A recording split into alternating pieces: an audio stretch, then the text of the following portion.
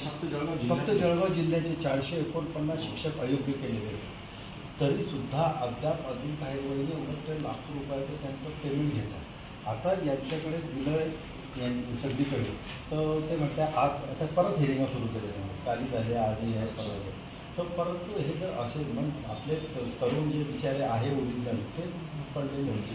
त्याच्यामुळे आम्ही तुमच्या माध्यमाने तुम्ही हे तुम्हाला त्याचं तुम्ही थोडंसं सीओला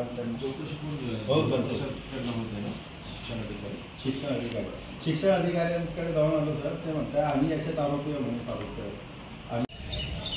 आज आम्ही जळगाव जिल्हा एकता संघटन मार्फत माननीय जिल्हाधिकारी, माननीय मुख्य कार्यकारी अधिकारी तसेच शिक्षण अधिकारी जळगाव यांना प्रत्यक्ष भेटून एक निवेदन वजा तक्रार अर्ज दिलेला आहे।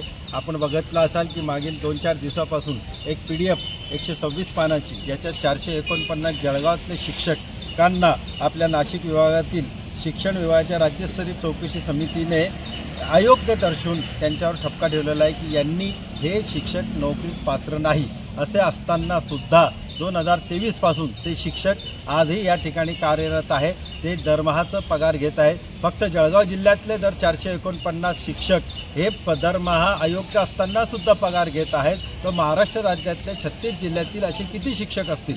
नाशिक विभागात एक गुन्हा दाखल झालेला आहे नाशिक रोड पोलीस स्टेशनला, एक नागपूरला झालेला आहे। नागपूरला 3 उपसंचालक दर्जाचे अधिकारी जेलमध्ये आहे। नाशिक विभागात सुद्धा गुन्हा दाखल आहे। नाशिक विभागातील 449 लोकांना ज्या शिक्षण अधिकारी जिल्हा परिषद जळगावने मान्यता दिलेली आहे त्यांच्यावर अद्याप कारवाई का झालेली नाही, त्यांच्यावर पोलीस गुन्हा का दाखल झाला नाही, यासाठी आम्ही माननीय जिल्हाधिकाऱ्यांच्या मार्फत याबाबत चौकशीसाठी आलेलो आहोत।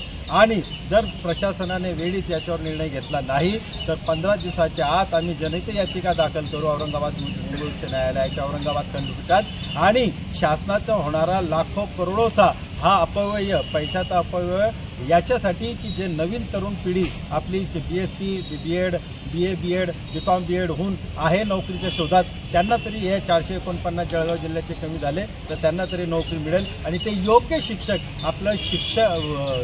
आपल्या मुलांना विद्यार्थ्यांना चांगल्या प्रकारे घडवू शकतील। म्हणून हा उद्देश घेऊन आम्ही आलेलो।